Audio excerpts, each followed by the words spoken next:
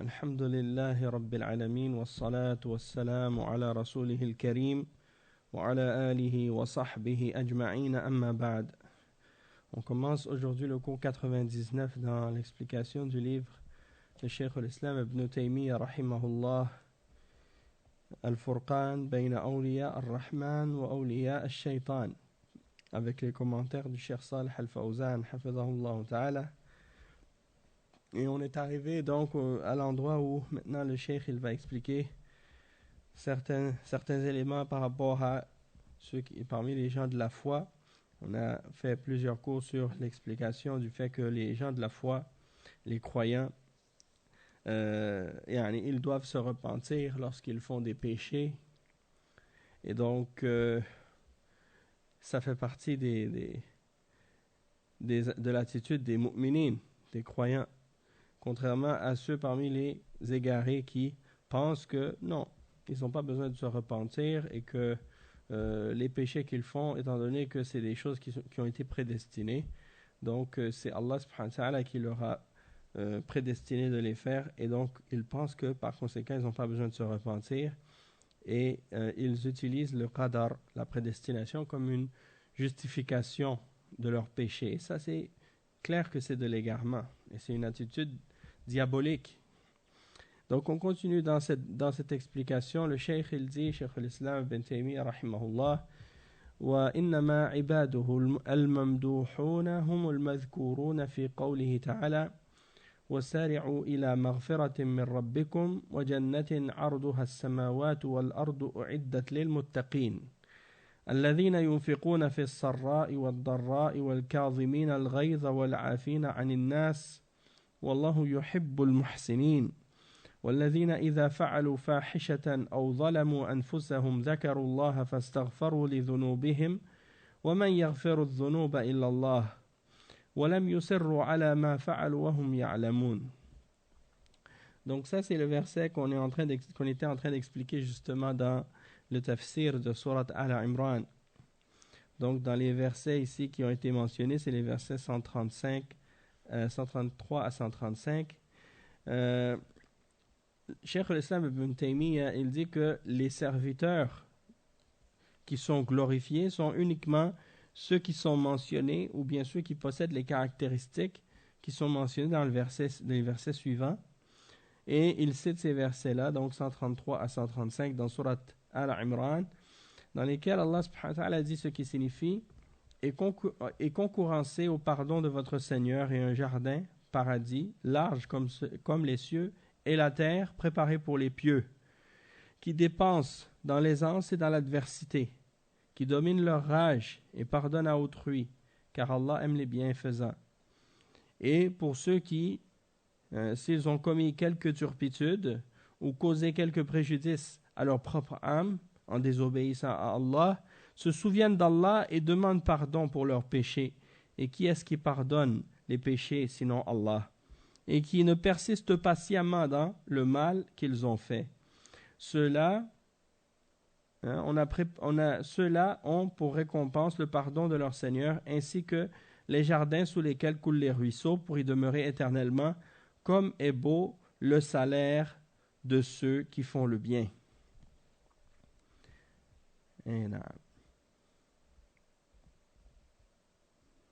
Donc ça c'est les versets que le Cheikh il a cités, et Cheikh Al-Fawzan il fait un petit commentaire là-dessus. Il dit وسارعوا إلى مغفرة من ربكم، يعني سارعوا لا تتأخر وتتلكأ وتفوتك الفرصة، سارع مهما أمكنك المسارعة، وسارعوا إلى مغفرة من ربكم وجنة عرضها السماوات والأرض أعدت للمتقين. أعدت يعني خلقها الله عز وجل بما فيها من النعيم والخير. لمن؟ للمتقين الذين اتقوا الله في الدنيا وتجنبوا المعاصي وعملوا الطاعات. ومن هم المتقون؟ الذين ينفقون في السراء والضراء والكاظمين الغيظ. يعني ذكر صفاتهم إلى قوله والذين إذا فعلوا فاحشة هذا محل الشاهد. فعلوا فاحشة. الفاحشة هي المعصية المستفحشة في القبح، أو ظلموا أنفسهم بما دون ذلك من الذنوب والمعاصي والسيئات، ذكروا الله فاستغفروا لذنوبهم، ومن يغفر الذنوب إلا الله، ولم يصروا على ما فعلوا وهم يعلمون. هذا محل الشاهد من الآيات. والذين إذا فعلوا فاحشة أو ظلموا أنفسهم ذكروا الله، استحضروا عظمة الله، استحضروا عظمة الله، وخافوا أنه شهيد رقيب عليهم، فاستغفروا لذنوبهم. وهذا محل الشاهد. أهل الجنة يستغفرون لذنوبهم. أين الذين يقولون ما تضر المعصية المؤمنين. Donc le cheikh il explique ici que Allah subhanahu wa ta'ala dit donc dans le verset concurrencé, ou faites la course, précipitez-vous vers le pardon de votre Seigneur, c'est-à-dire ne le retardez pas et ne faites pas en sorte que vous perdiez l'opportunité de vous repentir. Dépêchez-vous, précipitez-vous le plus que cela est possible pour vous de vous précipiter. Et il dit ensuite donc, précipitez-vous vers un pardon de votre Seigneur et un jardin sous lesquels et un jardin ou bien un paradis dont la largeur est comme celle des cieux et de la terre, dont la largeur est les cieux, ou la grandeur est comme les cieux et la terre, préparés pour les muttaqin, ceux qui ont at-taqwa. Préparés, c'est-à-dire créés par Allah subhanahu wa ta'ala. Et il y a à l'intérieur toutes les sortes de délices. Donc Allah subhanahu wa ta'ala, il a créé ce paradis dans lequel il y a tous ces délices et tout ce qu'il y a de bon. Pour qui? Pour les muttaqin, ceux qui ont at-taqwa, ceux qui se sont préservés d'Allah subhanahu wa ta'ala dans cette vie d'ici-bas, en s'écartant des péchés et en faisant les actes d'obéissance. Et qui sont al-muttaqun? Qui sont ceux qui ont at-taqwa? Eh bien, ce sont ceux qui sont décrits dans les versets qu'on a lus. C'est-à-dire ceux qui dépensent dans l'adversité, de même que dans l'aisance, dans l'aisance et dans la difficulté, et qui contrôlent leur rage ou leur colère. Donc ça fait partie de leurs caractéristiques, jusqu'aux caractéristiques qui viennent par la suite, et au point où Allah subhanahu wa ta'ala par la suite il dit, et lorsqu'ils font une turpitude quelconque, c'est-à-dire un péché qui est tellement laid, qu'on l'appelle fahisha, c'est-à-dire c'est quelque chose qui est tellement répugnant que on l'appelle fahisha. Donc c'est un péché répugnant. Et il dit, ou bien qui ont fait de l'injustice à leur propre âme, c'est-à-dire en faisant des péchés qui sont moindres parmi les péchés et les désobéissances et les mauvaises actions. Et lorsqu'ils font ce genre de péché-là, et une fahisha ou bien un de ces péchés-là, ils se souviennent d'Allah subhanahu wa ta'ala, et ils demandent pardon pour leurs péchés. Et qui pardonne les péchés? Autre que Allah.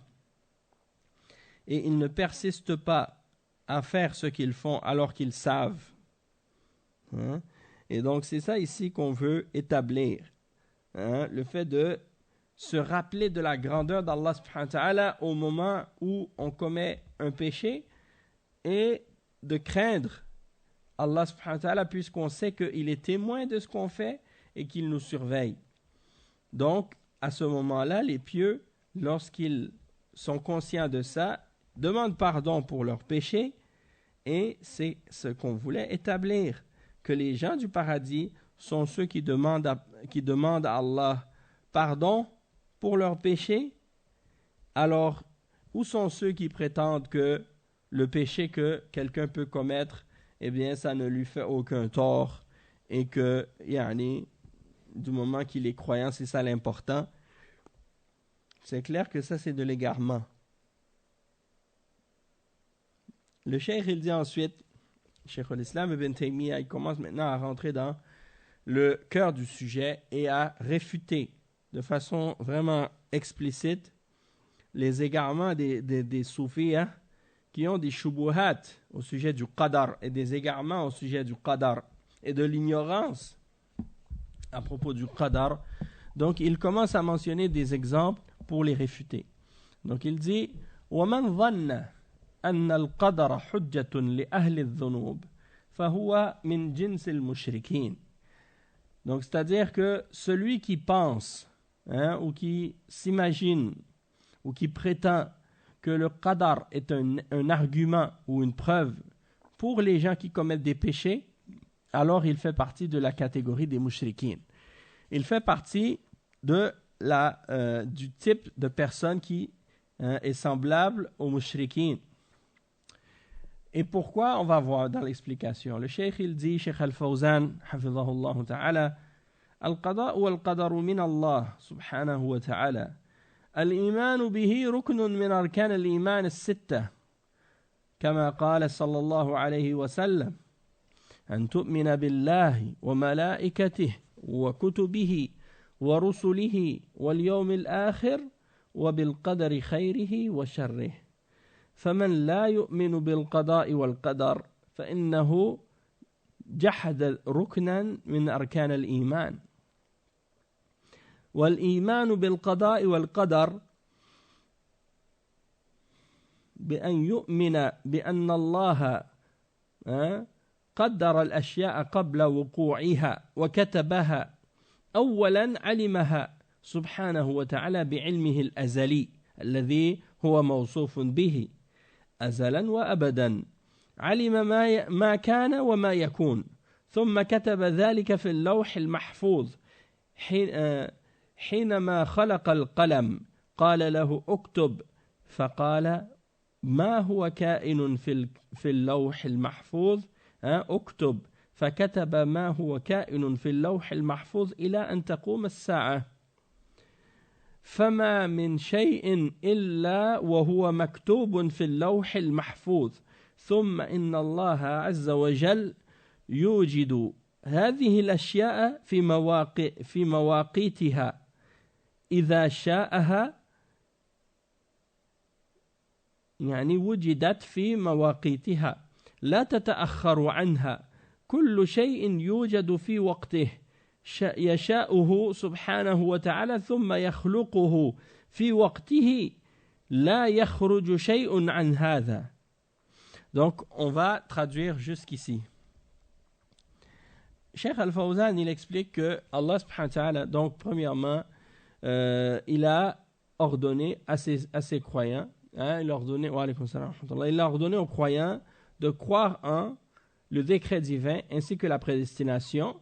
Ça c'est clair dans le Coran et ça fait partie des 6 piliers parmi les piliers de la foi. Comme le prophète sallallahu alayhi wa sallam l'a mentionné dans le hadith de Jibril, qui est un hadith très célèbre, dans lequel le prophète sallallahu alayhi wa sallam dit, ce qui signifie, et la foi, c'est-à-dire ça consiste à croire en Allah, en ses anges, en ses livres, en ses messagers, au jour dernier, et de croire en ce qui a été prédestiné de bien comme de mal, hein, de bien ou de mal. Wa alaykum salam wa rahmatullah. Donc, celui qui ne croit pas en le décret divin et la prédestination, eh bien, il a rejeté, il a renié un parmi les piliers de la foi. Et c'est-à-dire la foi en le décret et de la prédestination. Et il dit que c'est de croire que Allah subhanahu wa ta'ala a prédestiné toute chose avant qu'elle existe, avant qu'elle se produise. Allah subhanahu wa ta'ala, premièrement, il l'a su, il l'a écrit, hein, il l'a voulu et il l'a créé. Donc, le cheikh, il dit, premièrement, Allah subhanahu wa ta'ala a su toute chose éternellement. Et il a toujours été, hein, éternellement décrit comme étant celui qui connaît toutes choses. Il sait ce qui était dans le passé, il sait ce qui va être dans l'avenir, hein, et il sait tout. Il sait toutes choses. Puis, une fois que il a voulu, il a écrit cela. Il a fait en sorte que cela soit écrit dans un recueil qu'on appelle en arabe Al-Lawh al-Mahfouz. Al-Lawh al-Mahfouz, c'est la table préservée. C'est un registre ou un recueil dans lequel Allah subhanahu wa ta'ala a écrit tout ce qui va se produire jusqu'à la fin des temps. Jusqu'à la fin du monde. Jusqu'au jour de la résurrection. Et le cheikh explique que lorsqu'il a voulu, il a créé la plume et il a dit à cette plume, écris tout ce qu'il va y avoir jusqu'au jour de la résurrection. Au jour de l'heure du jugement dernier. Et le hadith à ce sujet-là, c'est rapporté par At-Tirmidhi et également par Abu Daoud, selon Ubadat ibn Samit, radiyallahu anhu, il dit قال الرسول صلى الله عليه وسلم إن أول ما خلق الله القلم فقال اكتب فقال ما أكتب قال اكتب القدر ما كان وما هو كائن إلى الأبد. Donc ça c'est une des narrations du hadith, il y en a d'autres narrations. Ça explique que Allah subhanahu wa ta'ala, lorsqu'il a créé la plume, il a dit à la plume, écris. Et la plume a posé la question, qu'est-ce que je dois écrire? Il a dit, écris la destinée ou la prédestination de tout ce qui va se produire jusqu'à la fin des temps. Et le cheikh, il dit, donc ça c'est par rapport à l'écriture, al-kitaba, ou bien al-maktoub, comme on l'appelle parfois al-maktoub, c'est-à-dire ce qui est écrit dans la table préservée. Ensuite, il dit, puis Allah subhanahu wa ta'ala, il a créé toutes les choses. Allah subhanahu wa ta'ala a créé toutes les choses. Et il dit, le cheikh, que ce que Allah subhanahu wa ta'ala, s'il a voulu une chose, eh bien, il l'a écrit dans la table préservée, et il dit, puis, tout ce que Allah subhanahu wa ta'ala c'est ça, tout ce que Allah subhanahu wa ta'ala a écrit dans la table préservée, lorsqu'il veut, cette chose-là se produit au temps dans lequel Allah subhanahu wa ta'ala l'a prédestiné. Donc, s'il veut une chose, il fait en sorte qu'elle vienne et qu'elle existe, cette chose, dans le temps que Allah subhanahu wa ta'ala a prédestiné pour cette chose, et dans le temps que Allah subhanahu wa ta'ala a voulu pour cette chose. Et elle ne peut pas retarder, elle ne peut pas être retardée, c'est-à-dire qu'une fois que Allah subhanahu wa ta'ala a voulu en un temps précis que quelque chose soit et que quelque chose existe, eh bien cette chose-là est créée dans le temps que Allah subhanahu wa ta'ala l'a voulu. Et il n'y a rien donc qui sort de cela. Il n'y a rien qui sort de cela.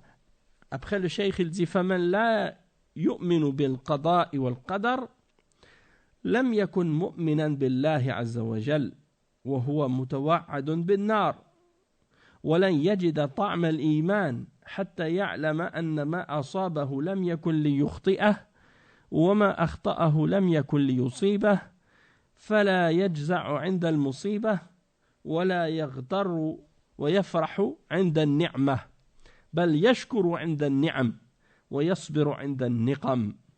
هذا هو مخلص الإيمان أو ملخص الإيمان بالقضاء والقدر. Le cheikh il explique que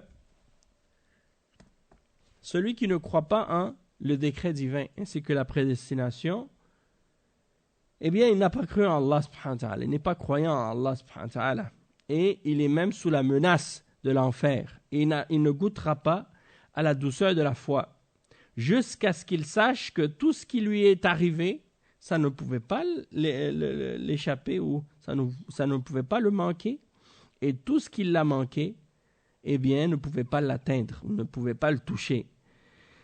Et il ne doit pas se plaindre lorsqu'il est touché par un malheur, et il ne doit pas non plus se réjouir de façon excessive lors d'un bien qui lui arrive ou une grâce qui lui touche.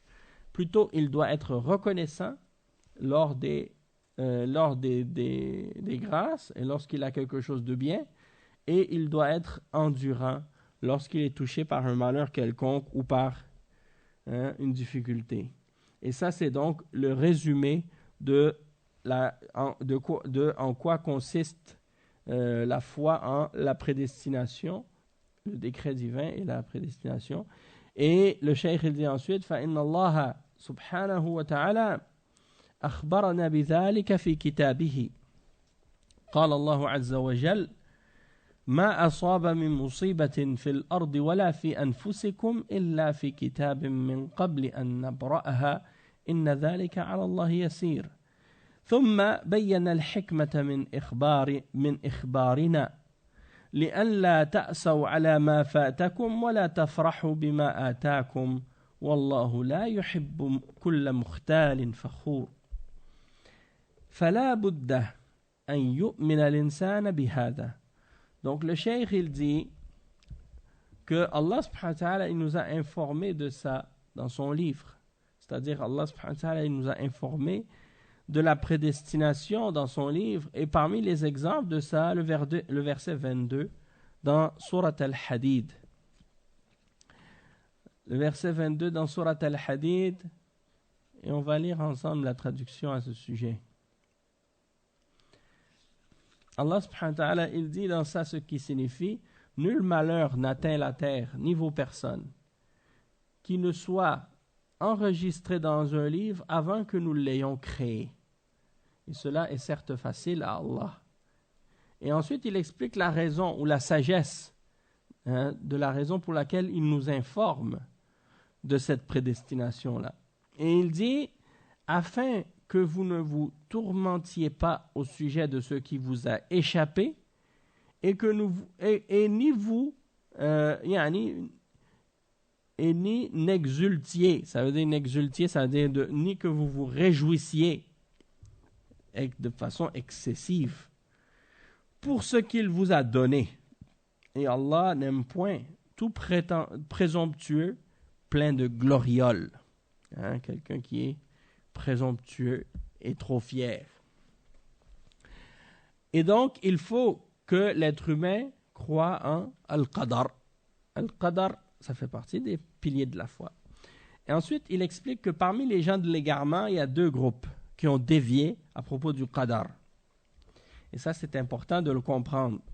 Il dit هناك طائفتان من أهل الضلال الطائفة الأولى طائفة نفت القدر وقالوا إن الأمر أنف يعني مستأنف يعني ليس له تقدير سابق لم يقدره الله ولم يكتبه وإنما يعني يعلمه إذا وقع فهذا مذهب المعتزلة ويقال لهم القدرية لأنهم نفوا القدر ويقال لهم مجوس هذه الأمة لأنهم يقولون إن العبد يخلق فعل نفسه فهم أثبتوا خالقين مع الله كما أن المجوس أثبتوا خالقا للخير وخالقا للشر فهؤلاء زادوا على المجوس بأن قالوا كل إنسان فإنه يخلق فعل نفسه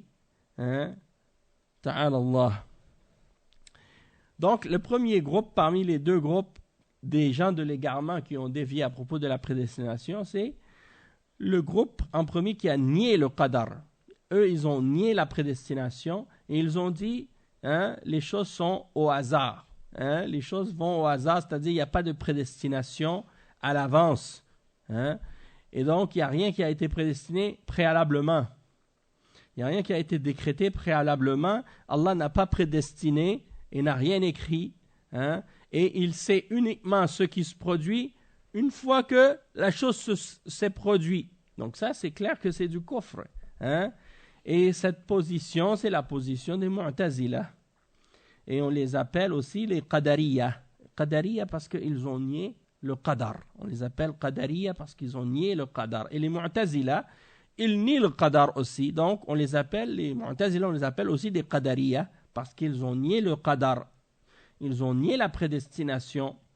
Et le cheikh il dit, et on les appelle aussi Majus hadhihi l'umma, c'est-à-dire les Majus de cette umma.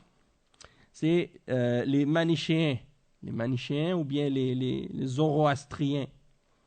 Yani ceux qui croient qu'il y a deux créateurs dans l'univers. Le créateur pour le bien et le créateur pour le mal. Le créateur de la lumière et le créateur des ténèbres. Hein? Celui qu'ils appellent Ahura Mazda.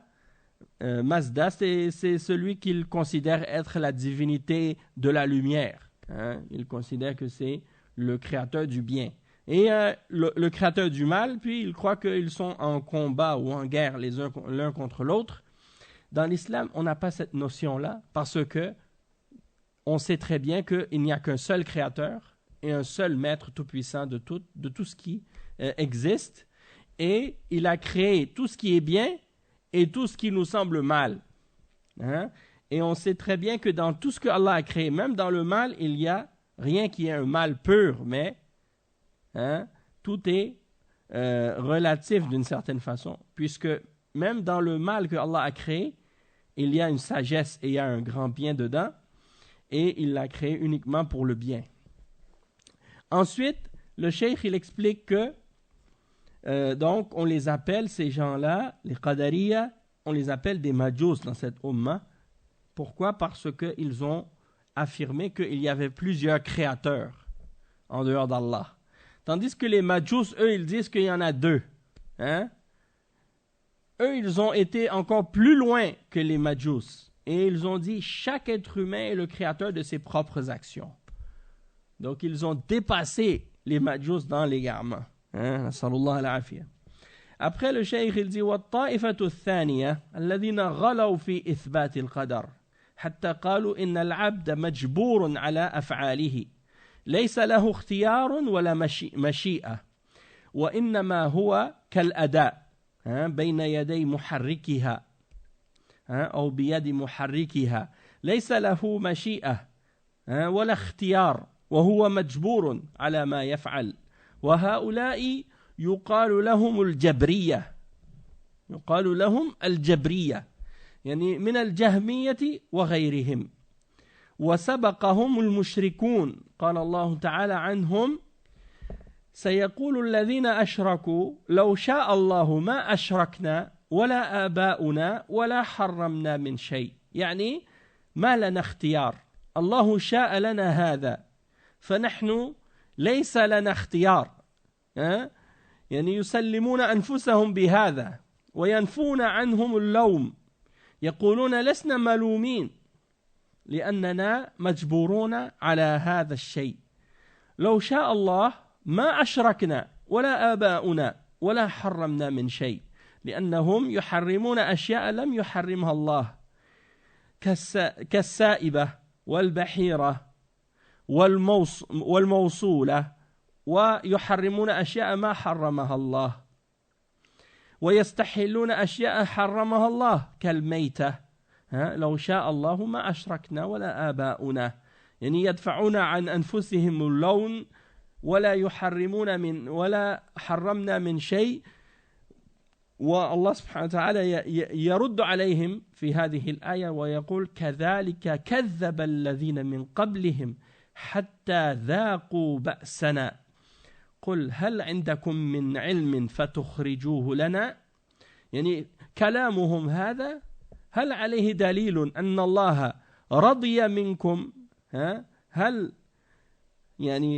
عليه دليل أن الله رضي منكم الكفر والشرك وتحريم الأشياء هل عندكم دليل على أن الله رضي بذلك وأجبركم عليه قل هل عندكم من علم فتخرجوه لنا إن تتبعون إلا الظن وإن أنتم إلا تخرصون يعني أخبر أنهم سيقولون هذا وقالوه ذكر الله عز وجل أنهم قالوه في سورة النحل وقال الذين أشركوا لو شاء الله ما عبدنا من دونه من شيء نحن ولا آباؤنا ولا حرمنا من دونه من شيء كذلك فعل الذين من قبلهم فهل على الرسول إلا البلاغ المبين لو كان الله رضي بهذا أنهم ليس لهم اختيار ما كان لإرسال الرسل وإنزال الكتب فائدة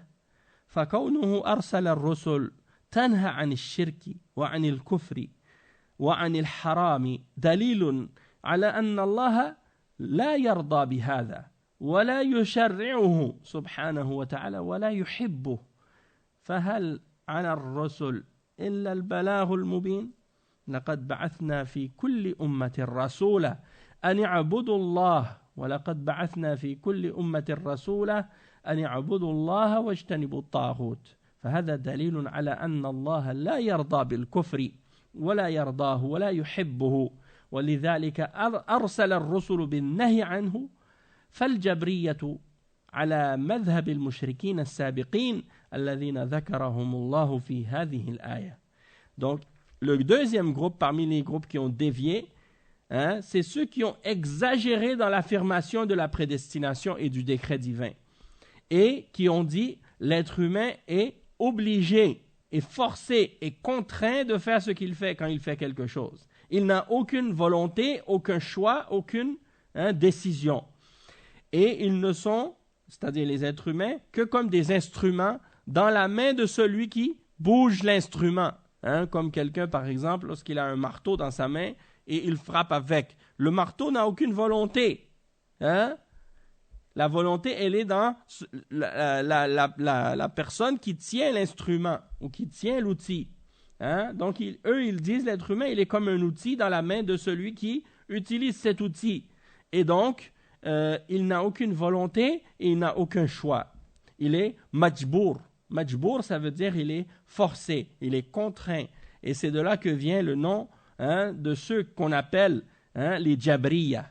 Al-Jabriya, c'est ceux qui affirment le qadar, mais de façon extrême, de façon excessive, de façon exagérée, au point de retirer à l'être humain tout son libre arbitre et son choix et sa volonté. Alors, ces gens-là sont dans les égarements de l'opposé du premier groupe, l'opposé des Qadariya.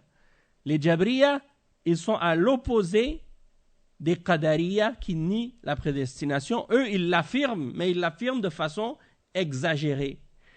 Et parmi les groupes qui ont dévié et qui ont suivi les Jabriya, ou bien qui sont sur la croyance des Jabriya dans le Qadar, il y a par exemple Al-Jahmiya, une des sectes parmi les sectes d'égarement, et ceux qui les ont suivis là-dedans, comme As-Soufiyya, la plupart des gens de Tasawwuf, ils sont des Jabriya dans l'Aqidah, de même que les Asha'ira. Les Asha'ira, ils ont une forme de Jabriya aussi dans leur croyance.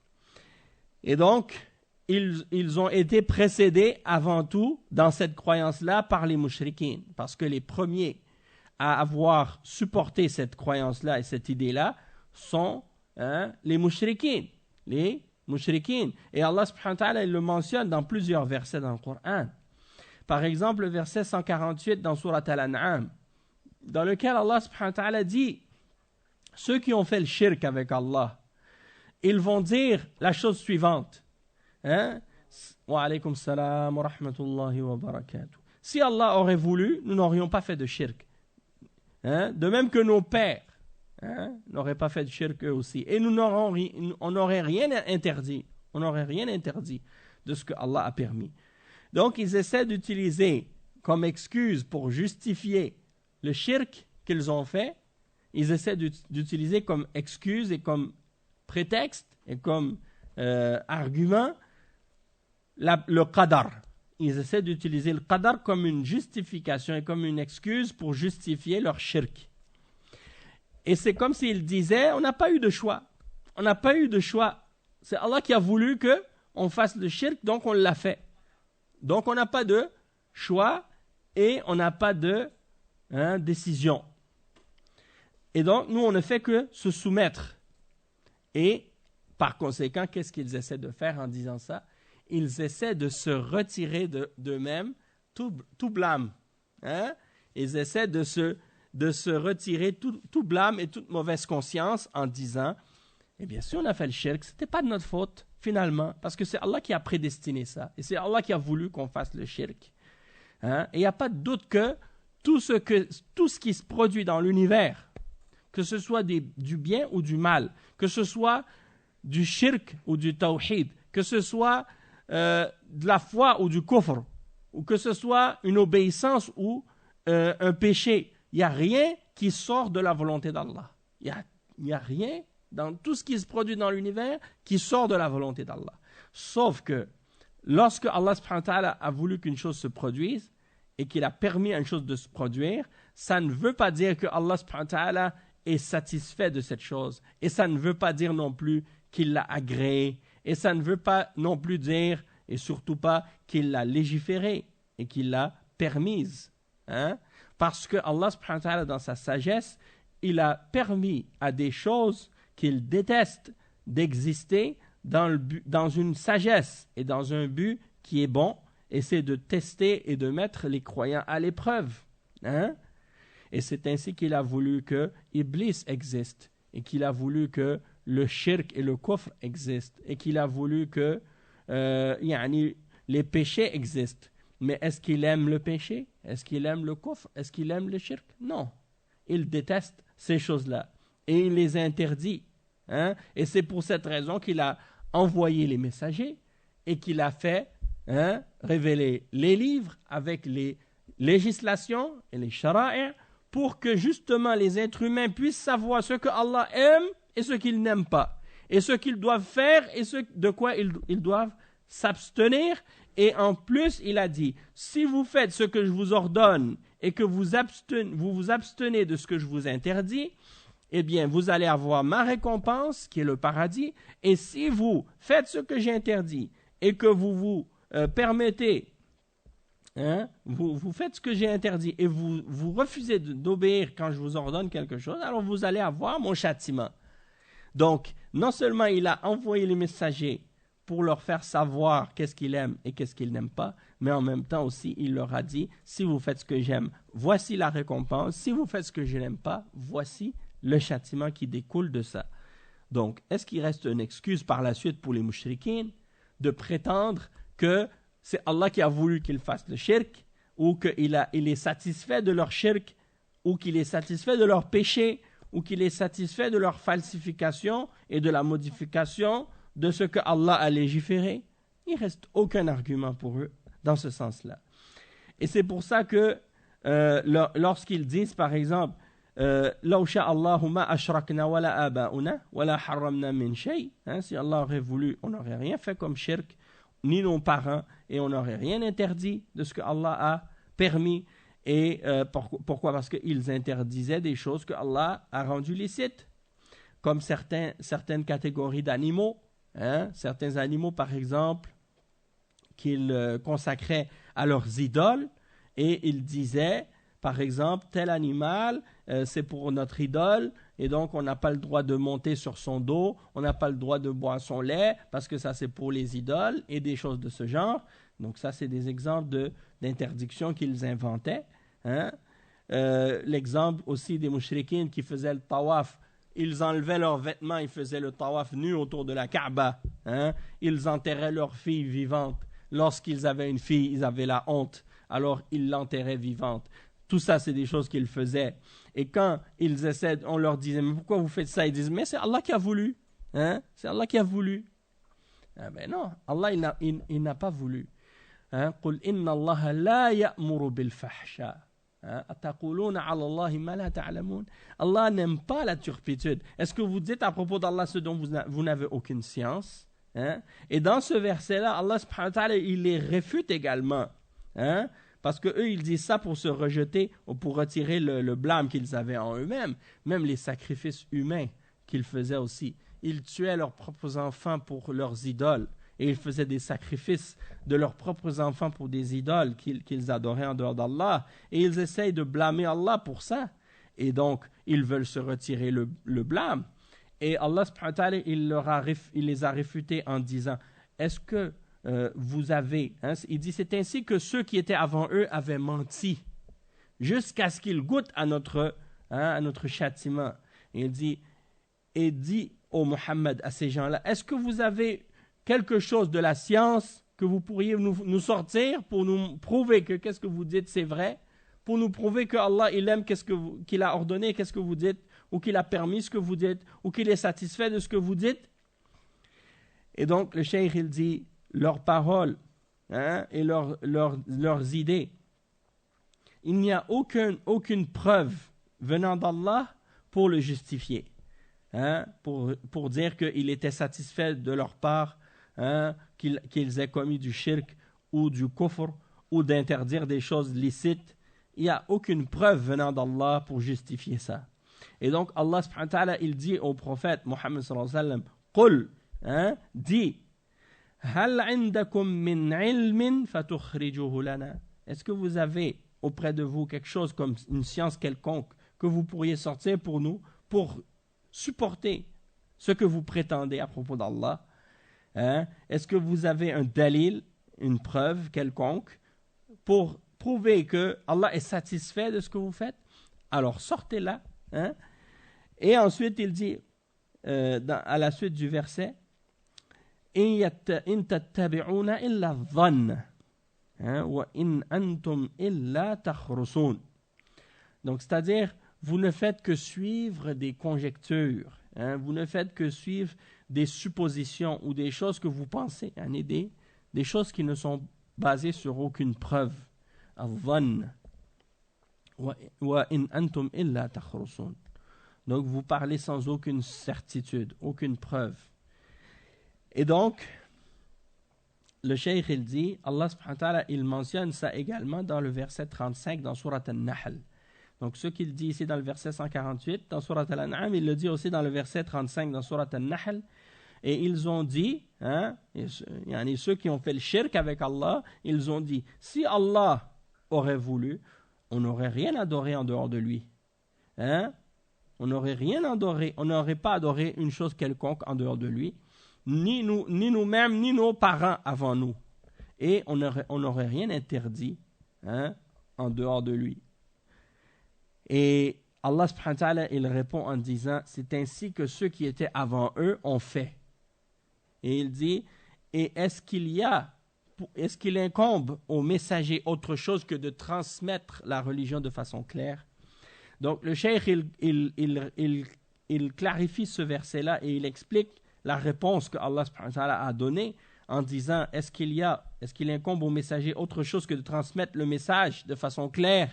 Il dit, si Allah subhanahu wa ta'ala aurait été satisfait de ce que ces gens-là font, et que eux ne l'auraient pas fait de leur propre choix, eh bien, Allah subhanahu wa ta'ala, il n'aurait pas envoyé des messagers, il n'aurait pas envoyé des livres, puisqu'il n'y aurait eu aucun bienfait et aucune sagesse, aucune utilité d'avoir envoyé des messagers et des livres si tout ce qu'on fait était forcé et qu'on n'avait pas de volonté dans ce qu'on fait et qu'on est contraint. Pourquoi Allah subhanahu wa ta'ala aurait envoyé des messagers et des livres si tout ce que nous faisons c'est quelque chose qui nous a été imposé? Donc ça c'est clair que c'est faux. Et même ces gens-là, par exemple, les ulama, ils ont mentionné souvent des exemples à ce sujet-là. Si tu viens à l'un d'entre eux, ceux qui disent non, il n'y a pas de qadar, il n'y a pas de qadar, on est forcé de faire ce qu'on fait. C'est Allah qui, ou bien il y a un qadar, mais on n'a pas de volonté, on est forcé de faire ce qu'on fait. Et si tu viens vers lui et tu lui donnes une gifle, ou bien tu le frappes au visage, il va te dire, mais pourquoi tu me frappes? Tu dis non, c'est pas moi, c'est Allah qui m'a forcé. J'ai pas de volonté. J'ai pas de volonté. Moi, je suis obligé de faire ça. Et est-ce qu'il va être content de ça ou satisfait de ça? S'il prétend qu'il est satisfait du qadar, il devrait accepter que tu le frappes. Et il ne devrait pas se plaindre. Parce qu'il va dire, oui, ça c'est le qadar, je dois accepter. Mais il sait très bien que ça c'est faux. Donc, il y a des choses qui sont dans notre contrôle et dans notre pouvoir, que Allah subhanahu wa ta'ala nous a donné une volonté, il nous a donné une capacité de faire des choses. Et il y a des choses qui sortent en dehors de notre contrôle et qui sont en dehors de notre capacité, en dehors de notre volonté. Et dans ce cas-là, ça c'est ce qu'on appelle des accidents. Quand par exemple tu traverses la rue puis tu tombes, tu te casses une jambe. Si par exemple tu t'en allais au travail, tu tombes, tu te casses une jambe. Et tu arrives au travail, tu dis, c'est pas de ma faute, je suis arrivé au travail en retard parce que je me suis cassé une jambe. Le patron, il ne peut pas te blâmer pour ça, parce que c'est pas quelque chose qui est le résultat de ton erreur à toi. C'est un accident qui s'est produit. Tandis que si quelqu'un, par exemple, il sait qu'il doit aller travailler et il prend tout son temps et il se couche très tard et il se lève en retard et puis il part travailler, il prend tout son temps et il arrive à son travail en retard.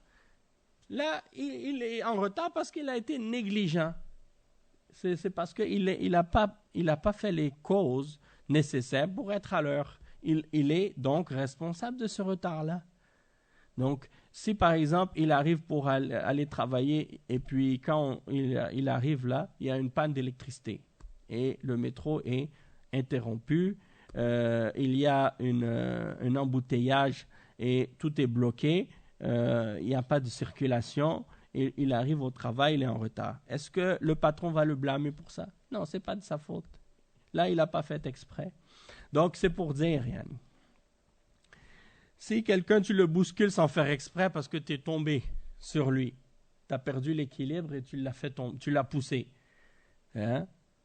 C'est pas la même chose que si tu viens devant lui puis tu le pousses avec tes deux mains comme ça, alors que personne t'a fait tomber ou il n'y a rien qui t'a bousculé. Donc, les deux sont différents.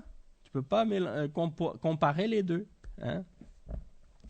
Donc, il y a des gens qui ne font pas la distinction entre ces choses-là. Les choses que tu fais qui sont volontaires et les choses qui sont involontaires. Ton cœur, il bat. Hein? Est-ce que c'est toi qui le fais battre? Hein? Est-ce que c'est toi qui fais battre ton cœur? Tu dis à ton cœur, à chaque fois, tu dois te rappeler, « Ah, j'ai oublié de dire à mon cœur de battre. » Non. Hein? Tu n'as pas besoin de te rappeler de faire battre ton cœur. Hein? Ou bien de respirer. « Ah, j'ai oublié de respirer aujourd'hui.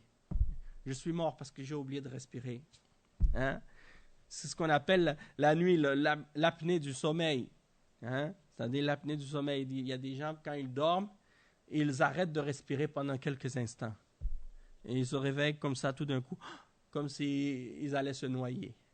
Alors qu'ils ne sont pas dans l'eau. Mais ils n'ont pas fait exprès. Mais ça, c'est souvent des problèmes par rapport à différentes causes. Mais tout ça pour dire que c'est des choses qui sont contrôlées. Hein? Allah subhanahu wa ta'ala, il a créé dans notre corps un système qui fonctionne, si on veut, de façon automatique. C'est Allah subhanahu wa ta'ala qui l'a créé comme ça. Il a voulu que ce système-là fonctionne tout seul. Le cœur, les poumons et beaucoup d'autres choses. On n'a même pas besoin de réfléchir à ça. Ça marche tout seul. Allah subhanahu wa ta'ala, il l'a créé de cette façon-là. Hein? Mais il y a d'autres choses, par contre, tu dois le faire. Tu peux pas, si tu ne le fais pas, ça ne va pas se faire. Hein? Comme pour marcher, hein? Manger, boire. Là, c'est toi qui es responsable de ça. Donc, il y a des choses qui sont en dehors de ton contrôle et il y a des choses qui sont dans ton contrôle. Hein? Les choses qui sont en dehors de ton contrôle, tu dis ça c'est le qadar. Pourquoi le prophète sallallahu alayhi wa sallam, il nous a dit, si t'arrive quelque chose ou quelque chose qui arrive, dites pas, ah si j'avais fait ça, si j'avais fait ça. Hein? Ce ne serait pas arrivé comme ça, ce ne serait pas arrivé comme ça. Il a dit, ne dites pas si, parce que le si, il ouvre la porte au shaitan, mais plutôt dites, qaddar Allah wa ma sha'a fa'al. Ce que Allah a prédestiné, c'est ce qui va se produire. Ce que Allah veut, c'est ce qui se produit. Hein? Ma sha'Allahu kan wa ma lam yasha' lam yakun. Ce que Allah a voulu est, ce qu'il ne veut pas n'est pas. Hein? Pourquoi il nous a appris ça dans ces situations-là? Parce que ça, c'est des choses qui sont en dehors de nos pouvoirs et de nos contrôles. Ensuite, le cheikh, il explique, donc il dit, Allah subhanahu wa ta'ala, hein, il nous a donné le choix, il nous a donné la capacité, et c'est pour cette raison qu'il a envoyé les messagers, et qu'il a fait descendre les livres. Et il dit donc, le fait que Allah subhanahu wa ta'ala a envoyé les messagers, pour interdire aux hommes le shirk et le kufr, et pour leur clarifier ce qui est haram et ce qui est halal, eh bien ça c'est la preuve que Allah subhanahu wa ta'ala n'est pas satisfait du haram, et qu'il n'est pas satisfait du kufr, et qu'il n'est pas satisfait du shirk, et qu'il n'aime pas le kufr, et qu'il n'aime pas le shirk, et qu'il n'aime pas les péchés. Et c'est pour ça qu'il dit dans le verset فَهَلْ عَلَى الرُّسُلِ إِلَّا الْبَلَاغُ الْمُبِينَ, et est-ce qu'il incombe au messager autre chose que la transmission du message? Et dans le verset qui suit, le verset 36 dans Surat An-Nahl, juste après, qu'est-ce qu'il dit? Il dit وَلَقَدْ بَعَثْنَا فِي كُلِّ أُمَّةٍ رَسُولًا أَنِ اعْبُدُوا اللَّهَ وَاجْتَنِبُوا الطَّاغُوتَ. Et nous avons envoyé dans chaque nation un messager pour leur dire adorez Allah seul et écartez-vous du tarout, c'est-à-dire écartez-vous de tout ce qui est adoré en dehors d'Allah. Donc, ça veut dire que si Allah subhanahu wa ta'ala, il nous avait obligés ou forcés de faire, qu'est-ce qu'on fait sans exception, et qu'on n'a pas de choix ni de volonté, alors pourquoi il nous aurait envoyé des messagers avec des livres, et pourquoi il nous aurait ordonné le kufr et le shirk et interdit, pourquoi il nous aurait interdit le kufr et le shirk, et pourquoi il nous aurait interdit les péchés si on n'avait pas de volonté ou de capacité ou de choix? Eh bien, tout ça, ce serait insensé.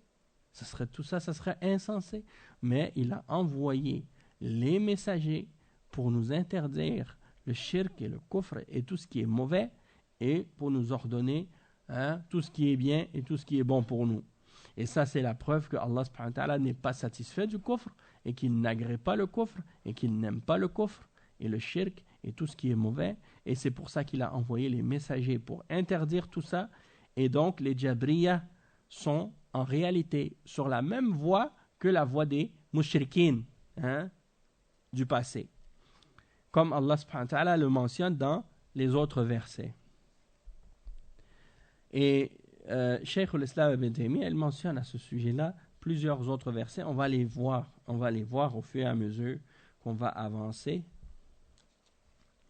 Et vous allez voir que même certaines des paroles des mushrikines que Allah subhanahu wa ta'ala a citées dans les versets du Coran pour les réfuter, eh bien, vous voyez que certains parmi les kuffars aujourd'hui, ils utilisent les mêmes arguments. Pourquoi? Parce qu'ils ne croient pas en la sagesse d'Allah.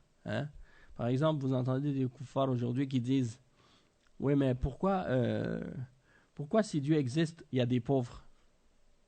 Pourquoi si Dieu existe, il y a des pauvres? Pourquoi si Dieu existe, pourquoi il y a de la famine? Si Dieu existe, pourquoi il y a des tremblements de terre? Ou bien pourquoi il y a des gens qui meurent de faim? »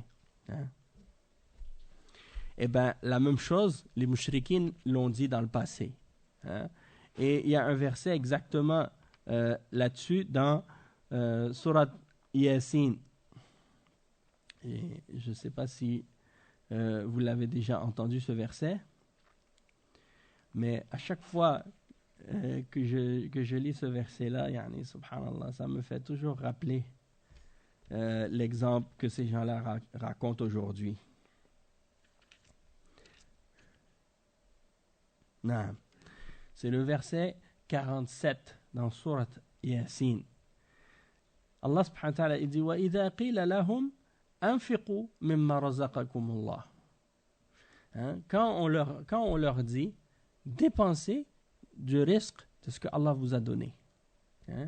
Regardez qu'est-ce qu'ils disent. قَالَ الَّذِينَ كَفَرُوا لِلَّذِينَ آمَنُوا أَنُطْعِمُوا مَنْ لَوْ يَشَاءُ اللَّهُ أَطْعَمَهُ. Donc ils disent, ceux qui n'ont pas cru, ils disent à ceux qui croient, est-ce que nous, on doit nourrir ceux que si Allah aurait voulu, il les aurait nourris lui-même? C'est comme s'ils sont en train de dire, non, s'il y a des pauvres, ce n'est pas notre responsabilité de les nourrir, c'est à Allah de les nourrir. Allah, il nous a donné la subsistance pour nous seulement. Alors que Allah subhanahu wa ta'ala, il a ordonné à ceux qui ont de l'argent de donner à ceux qui n'en ont pas, pour les nourrir et pour les aider. Et eux, au lieu de prendre de cet argent que Allah leur donne et d'aider ceux qui n'en ont pas, ils gardent l'argent pour eux et ils disent pourquoi Allah ne leur donne pas. Ajib. Hein? Allah il a voulu que vous soyez des causes, hein, pour que justement vous puissiez vous entraider les uns les autres.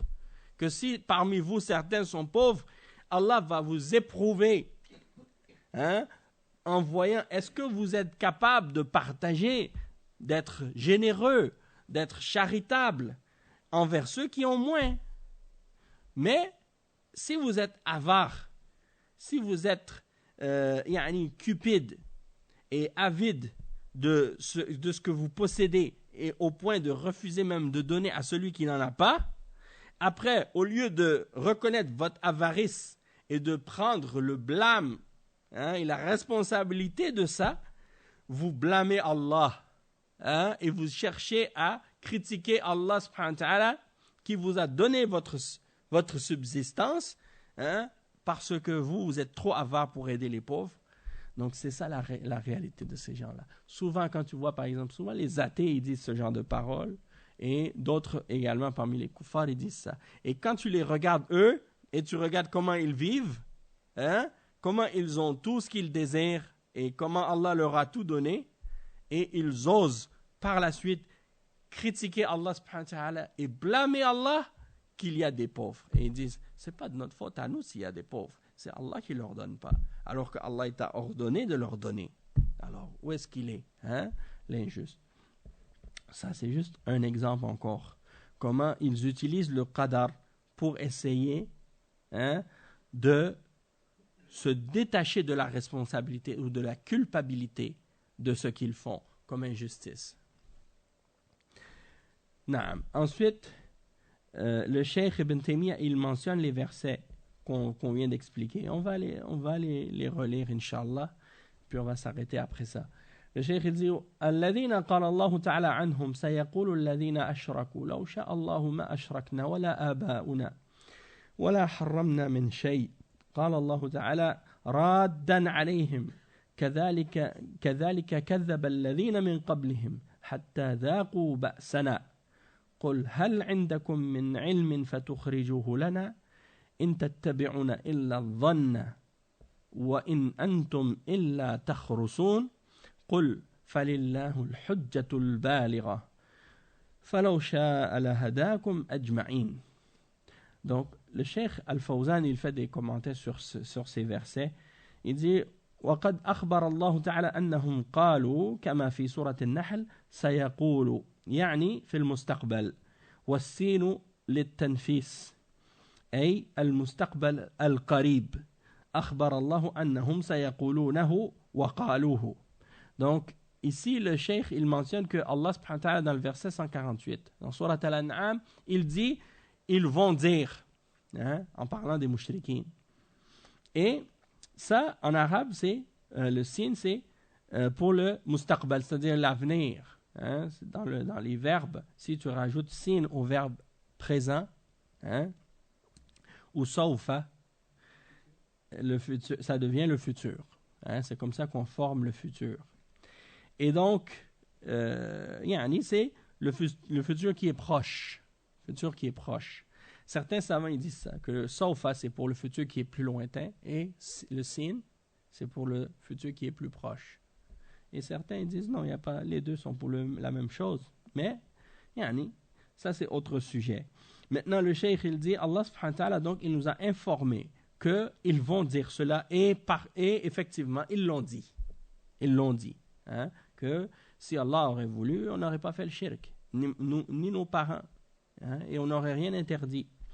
Et le cheikh il explique, il dit la suite du verset كذلك كذب الذين من قبلهم يعني كذبوا الرسل والكتب واحتجوا بالقضاء والقدر وأنهم لا لوم عليهم حتى أذاقهم الله العقوبة والهلاك ولو كان الله يرضى هذا لما عاقبهم عليه حتى ذاقوا بأسنا لو كان الله كما يقولون أجبرهم على هذا الشيء كان أجبرهم على هذا الشيء وليس لهم اختيار ما عاقبهم الله لأن الله لا يظلم أحدا كيف يعاقب من ليس له اختيار وليس له إرادة ولا مشيئة وإنما هو مجبر أو إنما هو مجبر يعني تعالى الله عن ذلك.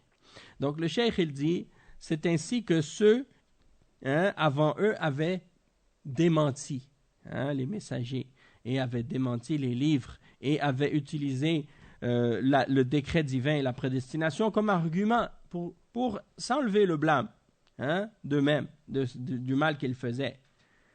Et donc, jusqu'à ce que Allah subhanahu wa ta'ala leur fasse goûter le châtiment et les fasse périr. Et ça, c'est la preuve que Allah subhanahu wa ta'ala n'était pas satisfait de ce qu'ils faisaient. Puisque s'il était satisfait de ce qu'ils faisaient, il ne les aurait pas châtiés. Et c'est pour ça qu'il dit hatta dhaqu ba'sana, jusqu'à ce que Allah subhanahu wa ta'ala les châtie.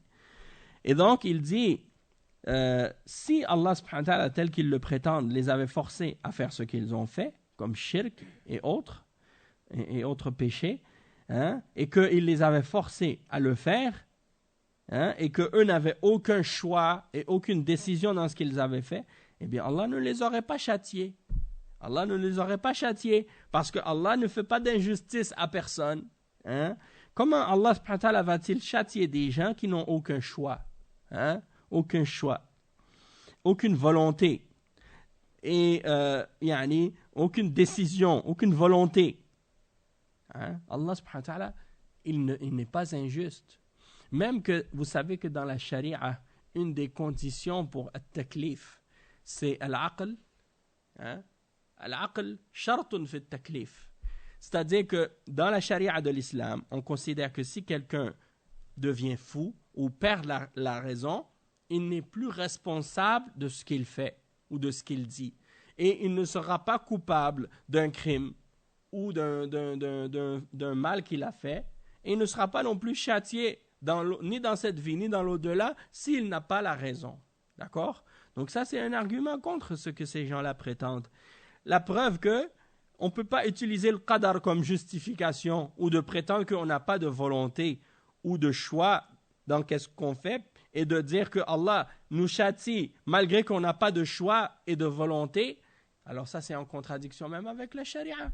Parce que la charia nous dit on ne peut pas blâmer une personne qui n'a pas sa volonté et qui n'a pas sa raison.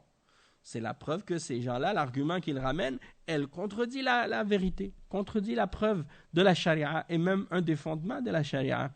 Après, le cheikh, il dit قل هل عندكم من علم فتخرجوه لنا يعني هل لكم حجة على ما تقولون على الله سبحانه وتعالى إن تتبعون إلا الظن وإن أنتم إلا تخرصون يعني إن تتبعون أي ما يعني إن بمعنى ما يعني ما تتبعون إلا الظن والظن أكذب الحديث إن يتبعون إلا الظن وما تهوى الأنفس ما يجوز للإنسان أن يتبع الظن أمور العقيدة وأصول الإيمان لا بد أن تكون على يقين ليست على ظن ولا تخرص ولا توقع قل فلله الحجة البالغة فلو شاء لهداكم أجمعين لله الحجة البالغة عليكم كيف تحتجون عليه أنتم وتقولون الله هو الذي أجبرنا الله هو الذي له الحجة البالغة لأنه أرسل الرسل وأنزل الكتب وتنهاكم أنزل الكتب تنهاكم عن هذا الشيء وأنتم تقدرون أعطاكم قدرة تقدرون على تركه وتقدرون على فعل ما أمركم به عندكم قدرة ومشيئة أقام عليكم الحجة سبحانه وتعالى بإرسال الرسل وإنزال الكتب. Donc ici le cheikh il termine ce point-là en disant dit avez-vous une science quelconque que vous pourriez nous produire, nous ramener pour justifier qu'est-ce que vous dites ou prouver ce que vous dites que Allah il a été satisfait et qu'il a ordonné cela? Et donc, est-ce que vous avez une preuve pour dire ce que vous dites à propos d'Allah? Et Allah subhanahu wa ta'ala les réfute en disant ils ne suivent que des conjectures, que des suppositions. Et ils ne font que faire ils ne font qu'émettre des doutes Hein, ils n'ont aucune preuve, aucune certitude. Et donc ici, Allah il mentionne qu'ils ne suivent que des suppositions, rien de certain. Et ça, c'est la plus mensongère des paroles. Ils ne suivent que al-dhann et dans l'autre verset, il dit وَمَا تَهْوَى الْأَنفُسُ, ce que les âmes désirent comme passion. Et il n'est pas permis à l'être humain de suivre al-dhann, en particulier dans les questions de croyance, dans la aqidah, dans les fondements de la foi. Il faut que ce soit basé sur la certitude et non pas sur des suppositions ou des possibilités ou des probabilités. Et il dit donc, à la suite de ce verset-là, dans le verset 149, dans Surat Al-An'am, dit au Muhammad, à ces gens-là, c'est à Allah qu'appartient la preuve tranchante. Et il dit, et si il aurait voulu, il vous aurait tous guidés. Si Allah subhanahu wa ta'ala aurait voulu, il les aurait tous guidés. Et il dit donc, c'est à Allah qu'appartient la preuve tranchante contre vous. Donc, comment pourriez-vous essayer d'utiliser un argument contre lui et de prétendre que c'est lui qui vous a forcé de dire ou de croire ce que vous faites, de faire ce que vous faites ou de dire ce que vous dites? À Allah appartient la preuve tranchante dans le fait qu'il a envoyé les messagers et qu'il a fait descendre les livres qui vous interdisent de faire ce que vous faites. Alors que vous avez la capacité de cesser de le faire, et vous êtes capable de délaisser ces choses-là, et vous êtes capable de faire ce qu'il vous a ordonné de faire. Vous avez la capacité et vous avez la volonté, puisque Allah vous a donné la volonté. Allah subhanahu wa ta'ala, il dit dans le Coran, Inna hadhihi tadhkira faman sha'a attakhadha ila rabbih sabila. C'est-à-dire, ceci est un rappel, alors que celui qui veut prenne le chemin de son Seigneur. Et après, il dit وَمَا تَشَاءُونَ إِلَّا أَن يَشَاءَ اللَّهُ. Et vous ne pouvez vouloir que si Allah a voulu. Ça prouve que l'être humain, il a une volonté, mais que sa volonté, elle est limitée par la volonté d'Allah. Donc, ce verset-là, en lui-même, il réfute les deux extrêmes. Il réfute l'extrême des Qadariyya qui nie la prédestination, parce qu'on voit que dans le verset, il y a l'affirmation de la volonté pour les créatures. C'est la preuve que les créatures, ils ont une volonté. Ça réfute les Jabriyya, ceux qui croient que l'être humain est forcé de faire ce qu'il fait et qui n'a pas de volonté. Et l'autre verset, وَمَا تَشَاءُونَ إِلَّا أَن يَشَاءَ اللَّهُ, ça réfute les Qadariyya, ceux qui disent que finalement, Allah n'a rien prédestiné et que c'est l'être humain qui décide tout. Donc l'être humain, il a une volonté, mais elle est limitée et restreinte par la volonté d'Allah. Donc, c'est la réfutation de ces deux extrêmes-là. Et donc, ici, le cheikh, il dit, il a établi la preuve contre les êtres humains en ayant envoyé les messagers et en ayant fait descendre les livres. On va s'arrêter ici pour aujourd'hui, Inch'Allah, et on continuera la suite au prochain cours.